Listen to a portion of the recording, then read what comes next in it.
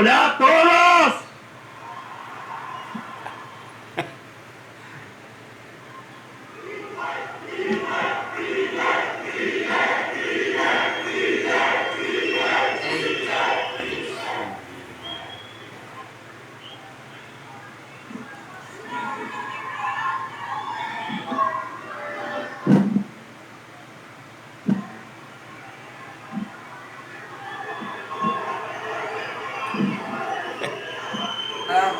La casta y los socialistas tienen miedo.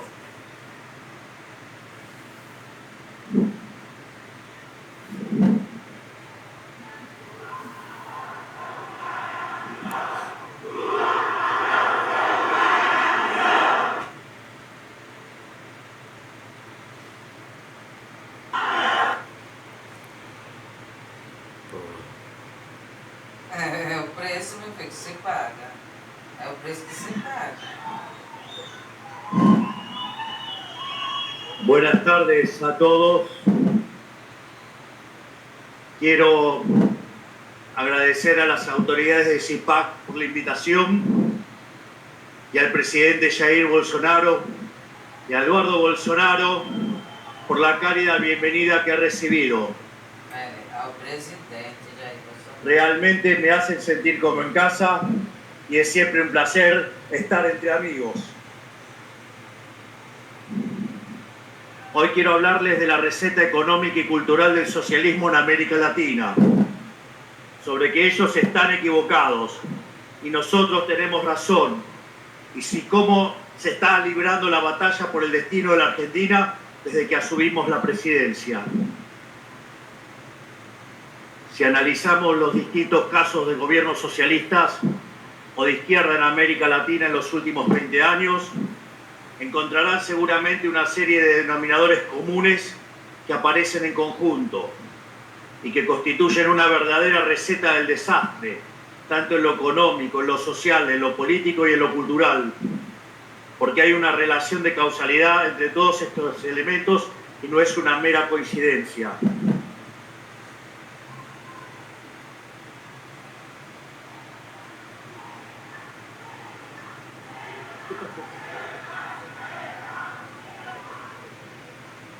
Por favor, tomen asiento para que los que están atrás...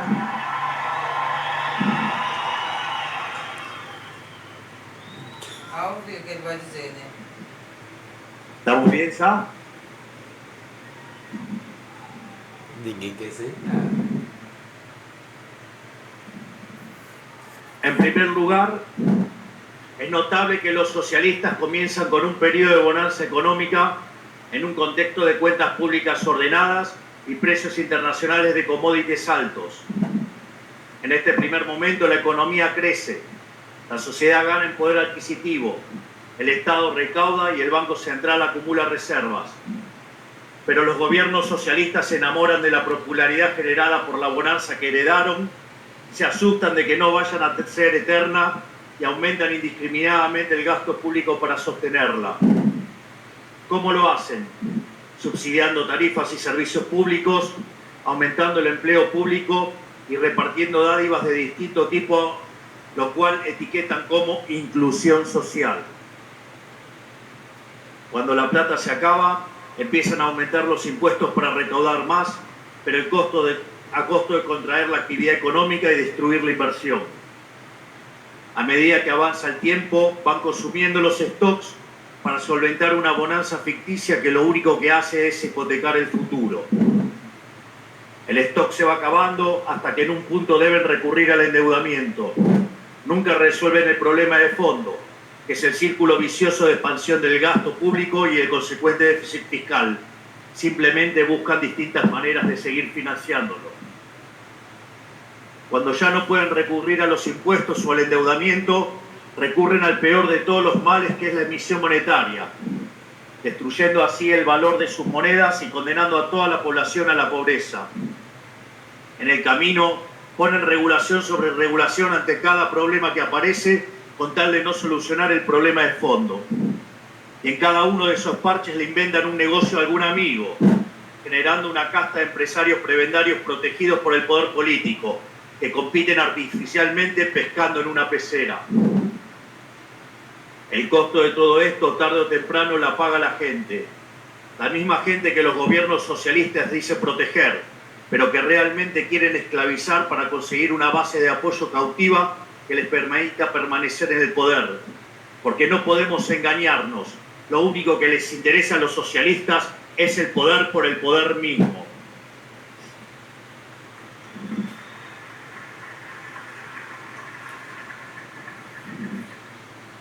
La consecuencia es que la gente termina pagando en inflación desenfrenada lo que le regalan en subsidios y termina pagando en bienes más caros y de peor calidad la política de protección industrial y manufacturera que los gobiernos promueven para beneficiar a sus amigos. Esta película ya la vimos decenas de veces en toda la región y en el resto del mundo también.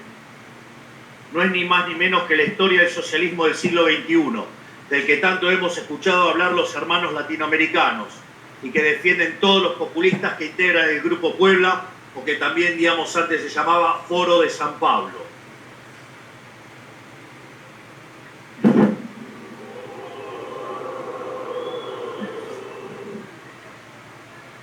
No hace falta que les cuente en detalle cómo la aplicación de esta receta del desastre funcionó en la Argentina en los últimos 100 años, y en particular en los últimos 20. Alcanza con recordar que tuvimos déficit fiscal 113 de los últimos 123 años, que nuestros políticos irresponsablemente multiplicaron nuestra base monetaria 25.000 trillones de veces en los últimos 70 años. Y esto no es un hipérbole, es un dato duro.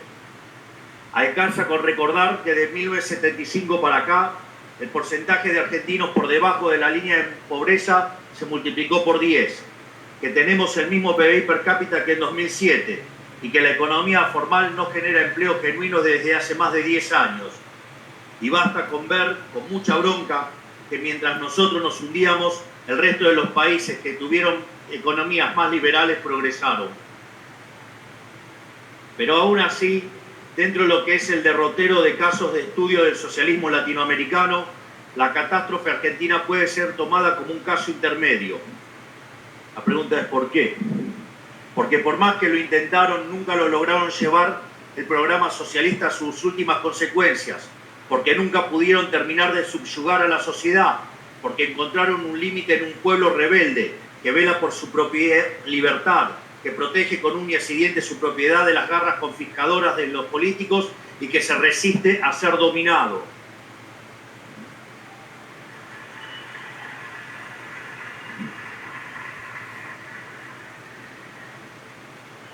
Aquí está la explicación, creo, de que la Argentina sea tan elegida entre quienes escaparon del socialismo en la región, a pesar de que prosperar en la Argentina en los últimos 15 años sin tener privilegio ha sido imposible.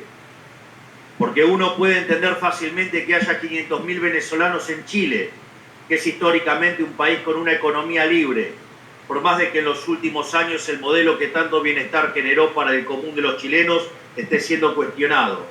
Pero en la Argentina, con lo difícil que es, por eso siempre es grato conversar con nuestros queridos residentes venezolanos y constatar que no hay nadie más anticomunista y antikirchnerista en la Argentina que ellos. A la larga, como el socialismo es insostenible y necesariamente fracasa, los gobiernos que resisten en esa senda o terminan siendo rechazados por la sociedad o terminan violando la libertad y jugando con la vida de sus ciudadanos para preservarse en el poder. Una y otra vez la historia demuestra que los mismos que se llenan la boca hablando de la democracia, de pluralismo y de opresión son los que están dispuestos a torcer las reglas e inclusive interrumpir el orden constitucional para trincherarse en el palacio cuando el pueblo reclama un cambio. Miren lo que pasó en Venezuela, que ya no queda un solo gobierno sensato del mundo que no reconozca que es una dictadura sanguinaria. Miren lo que pasó en Bolivia en 2019, cuando Evo Morales se obstinó con un tercer mandato inconstitucional. Miren la persecución judicial que sufre nuestro amigo Jair Bolsonaro aquí en Brasil.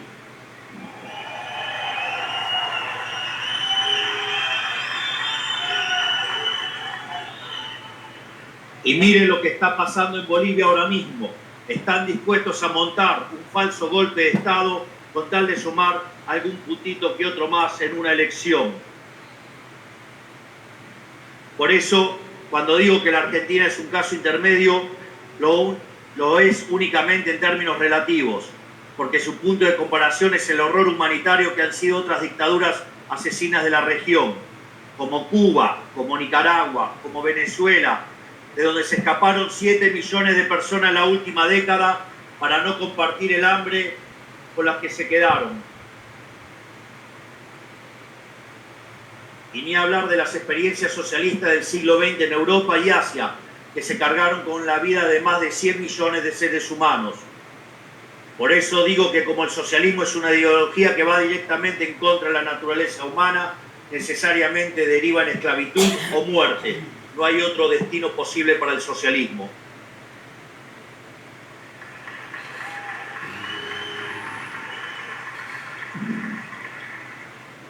Pero obviamente el descenso al socialismo no ocurre de la noche a la mañana ni sale de un repollo. Nada de esto es posible sin un esfuerzo cultural constante por esmerilar a quienes defendemos el libre mercado, el capitalismo y a los valores que hicieron de la civilización occidental la punta de lanza de la historia del progreso humano. Esfuerzo que lamentablemente muchas personas de poder e influencia en el mundo libre han tomado como dado. Solo fíjense las ideas que defienden muchos organismos supranacionales, las ONG, las instituciones educativas y la industria del entretenimiento y los medios de comunicación. Uno se pregunta, ¿por qué lo hacen? En algunos casos lo hacen desde un lugar bien intencionado, en el afán de ser buenos o solidarios. En muchos casos también porque son socios hipócritas y viven del financiamiento que el socialismo le permite.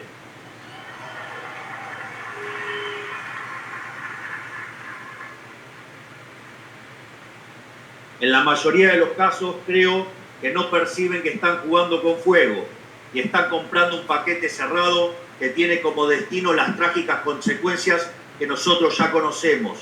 No se dan cuenta de lo destructivo que puede llegar a ser implementar las ideas del socialismo porque lo sienten demasiado lejos. Pero hay que comprender que la combinación entre buenismo y dirigismo conduce al peor de los lugares. Los buenistas se piensan que de las buenas intenciones y la empatía se derivan los buenos resultados y tienen el hubris de pensar que dirigiendo el comportamiento de cada integrante de la sociedad se puede combinar un comportamiento conjunto más eficiente.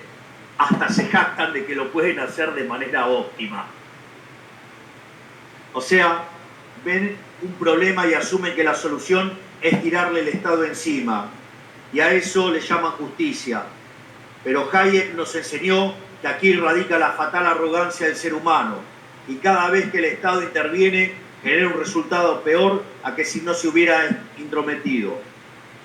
Tomemos por ejemplo la libertad de expresión, un valor fundamental de la democracia y que sin embargo se encuentra cuestionado en las principales potencias del mundo con la excusa de no herir las sensibilidades de nadie o respetar supuestos derechos de algunas minorías ruidosas que quieren imponer su visión minoritaria al resto de la población.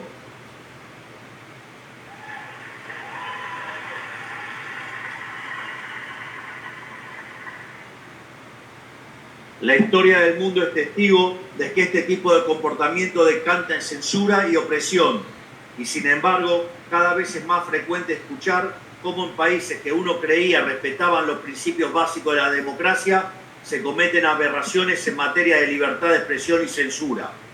Son cosas que parecen lejanas o abstractas, pero cada uno mira lo que lamentablemente empieza a ocurrir hoy aquí en Brasil, lo piensa 2 veces. Además, como dice Thomas Sowell, la censura, la regulación de la palabra que promueve el socialismo no es otra cosa que una confesión de su bancarrota intelectual y una declaración tácita de derrota en la batalla cultural, porque como no se animan a enfrentarnos en el mercado de las ideas, porque saben que no pueden derrotarnos, lo intervienen y prohíben la circulación de las ideas que no les gustan y subsidian las ideas que sí les gustan.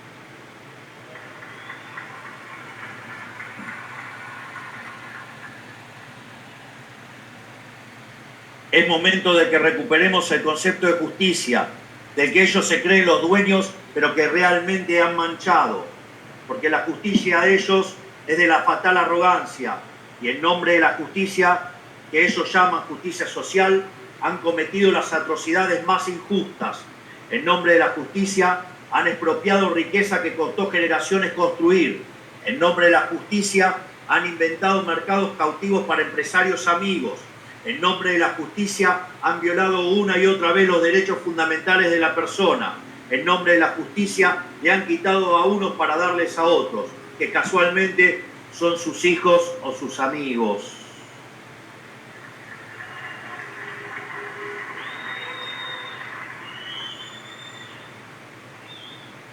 Si tienen alguna duda, vayan a ver cómo viven las familias de estos adalides del socialismo del siglo XXI. Vean cómo vive la familia de Maduro. Vean cómo viven los hijos de algunos de los de su propio país. Son todos multimillonarios que viven como si hubieran inventado a Google. Por eso, ellos perdieron el derecho a hablar de justicia. Y no solo por todas las atrocidades que cometieron o avalaron, también porque tienen fundamentalmente una comprensión equivocada de qué es la justicia. Porque saben que cuantas más regulaciones y restricciones tiene una sociedad, menos justa es. Cuanto más le confisca el fruto de su trabajo a través de impuestos a quienes producen, menos justa es. Cuanto más burócratas tiene un Estado abocado a la tarea de mirar con lupa lo que hacen los ciudadanos y pasarse los días buscando nuevas formas de arruinarle la vida, menos justa es esa sociedad.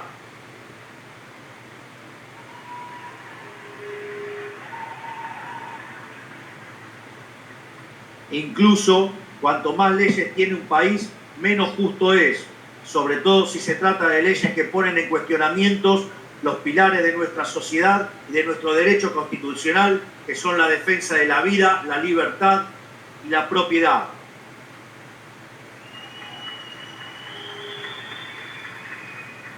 Con nuestra versión aquí, Dios, patria y familia.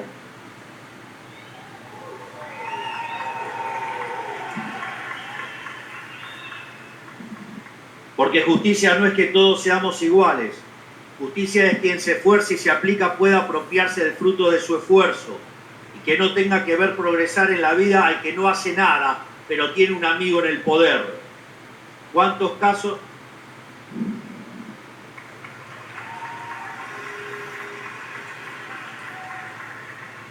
¿Cuántos casos hemos conocido nosotros, los hermanos latinoamericanos, de gente que se ha hecho millonaria de la noche a la mañana solamente por ser amigos del poder? Esa es la historia del socialismo del siglo XXI. Justicia es que cada persona pueda traducir ese esfuerzo a ahorro y poder invertir ese ahorro en tener una vida mejor para sí y para su familia. Justicia es poder aplicar una vida mejor y que realice ese plan sea posible. En definitiva, justicia es que cada uno sea dueño de su vida, o como decimos nosotros, que cada uno pueda volver a ser el arquitecto de su propio destino. Eso sí es justicia.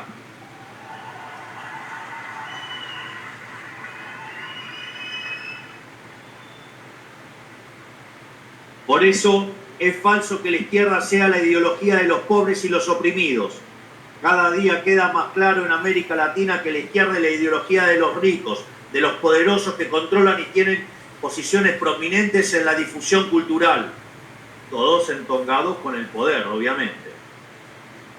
Y cada día queda más claro que la pobreza es instrumento para quienes predican el socialismo, porque la praxis operativa del socialismo consiste en tener al pobre como cliente de su sistema, porque el día que el pobre se independiza, progresa en la vida y sale de la pobreza, el socialismo pierde un cliente.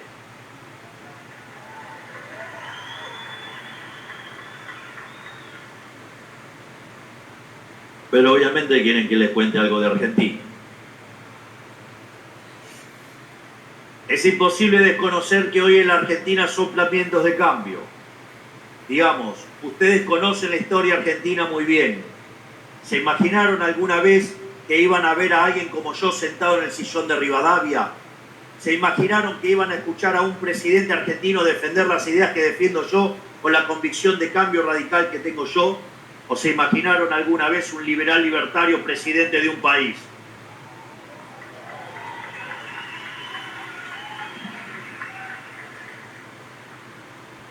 La Argentina atraviesa un momento excepcional en su historia, donde la sociedad por primera vez en décadas rechaza el modelo estatista, el modelo aplicado en muchos de nuestros países hermanos los últimos 20 años, que se agotó después de acumular montañas de miseria. La sociedad rechaza ese modelo y reclama un cambio profundo. Le está diciendo basta al socialismo del siglo XXI.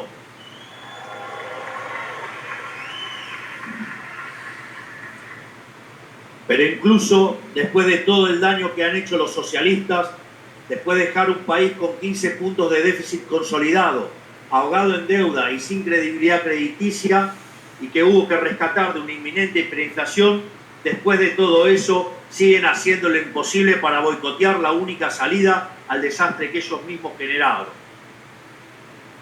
A esta altura del partido, a 7 meses de haber asumido el comando de la nación, somos el gobierno que más palos en la rueda ha recibido de la historia. Y queda claro que no van a titubear en oponerse a todo lo que intentemos, sin importar cuánto los argentinos de bien necesiten y demanden esos cambios. Por eso han hecho lo imposible para boicotear la desregulación del mercado laboral que impulsamos. A pesar de que la Argentina necesita más trabajo y de mejor calidad, no menos. A pesar de que está claro que la única forma de que haya más y mejor trabajo es con más y mejores empresas. Y para que haya más y mejores empresas, contratar tiene que ser una opción viable, no un acto de caridad. Aún así se oponen.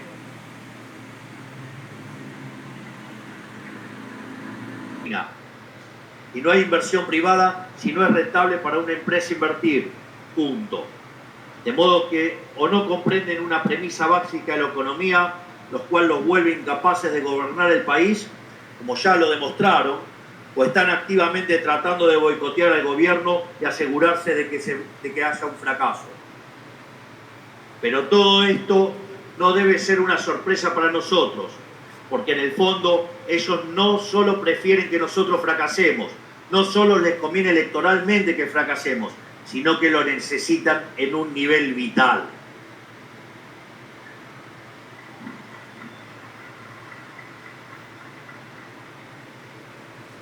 Porque si tenemos éxito, habremos desmantelado el sistema corrupto a través del cual le chupan la sangre a los 47 millones de argentinos y de todo lugar donde está vigente el socialismo. Por eso no pueden permitir que a la Argentina le vaya bien, porque ellos saben que si a la Argentina le va bien, a ellos les va mal. Por eso el nivel de obstrucción que ellos presenten será proporcional a la profundidad del cambio que nosotros queremos realizar. Y ya venimos viendo lo que están preparados para hacer para evitar que salgamos adelante. Lo hemos visto en toda la región, lo hemos visto en Chile, lo hemos visto en Brasil y lo estamos viendo en Argentina. Ellos están dispuestos a tomar el camino de la violencia y la extorsión para obstruir los cambios que reclama la sociedad. Por eso nos hicieron el paro general más rápido de la historia a pocas semanas de haber asumido, como respuesta a nuestro plan de estabilización y nuestro proyecto de desregulación económica. Y por eso hace algunos días enviaron un pequeño ejército a sembrar el caos en las puertas del Congreso, incendiando autos y vandalizando la ciudad en busca de extorsionar a los legisladores para que rechazaran nuestras reformas. Pero ¿saben qué? Hemos logrado aprobar la reforma del Estado laboral y económica más importante de la historia argentina.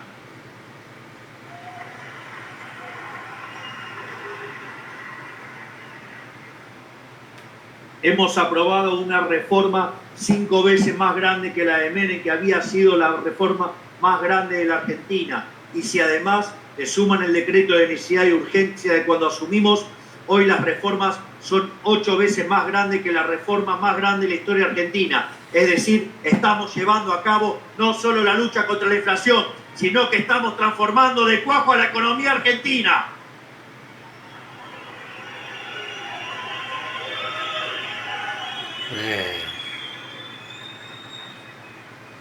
Y quiero decirles algo, vamos a salir de la miseria, les guste o no a los socialistas, con su apoyo o sin su apoyo, porque la gran mayoría de los argentinos eligió el cambio de régimen profundo que nosotros prometimos en campaña, y lo eligió con el resultado electoral más holgado en décadas. Y nosotros Tenemos el compromiso indeclinable de cumplir con la voluntad de la mayoría, aunque los beneficiarios de este sistema corrupto, parasitario y empobrecedor muevan cielo y tierra para boicotearnos.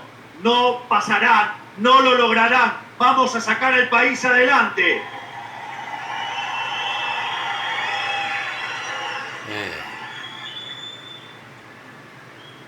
En este sentido, quiero agradecer a todos los que están aquí hoy, que han venido a escucharme y a escuchar a todos los que defendemos las ideas de la libertad. Quiero decirles que soplan vientos de cambio en el mundo, que las ideas del socialismo empobrecedor han fracasado y la gente lo sabe. La gente sabe que el socialismo es siempre y en todo lugar un fenómeno empobrecedor y violentamente asesino, y por eso se están extinguiendo y los vamos a sacar la patada de todos lados donde estén.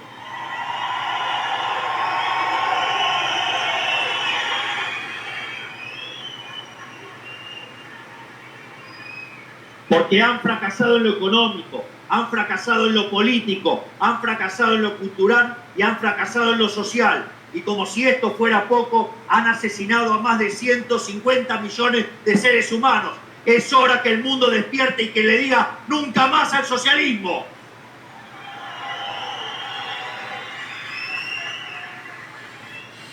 Porque el socialismo es la ideología del resentimiento, la envidia y el odio. Pero además de todo eso, el socialismo es la idea del fracaso. Nadie sabe más de esto que nosotros, los hermanos latinoamericanos. Pero ese viento de cambio que empezó en Argentina y hoy recorre el mundo, llegará a cada rincón a donde la libertad esté reprimida. Porque la historia del ser humano es la historia de la libertad. Y no hay nada ni nadie que pueda detenerla.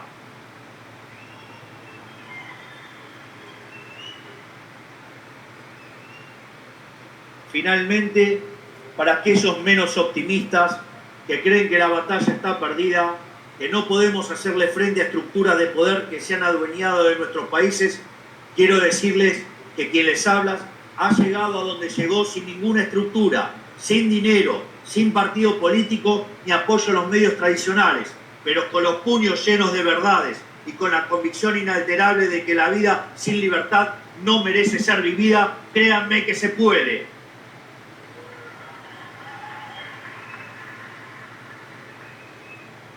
Así es que hoy quiero decirles, confíen en ustedes mismos, háganse dueños de su destino, den la pelea en cada rincón en donde sea necesario y tengan fe que si lo hacen con convicción lograrán el objetivo. Porque como dice el libro de los Macabeos, la victoria en la batalla no depende de la cantidad de soldados, sino de las fuerzas que vienen del cielo. Y esto recién comienza. ¡Viva la libertad, carajo! ¡Viva la libertad, carajo! ¡Viva la libertad, carajo! Muchas gracias a todos.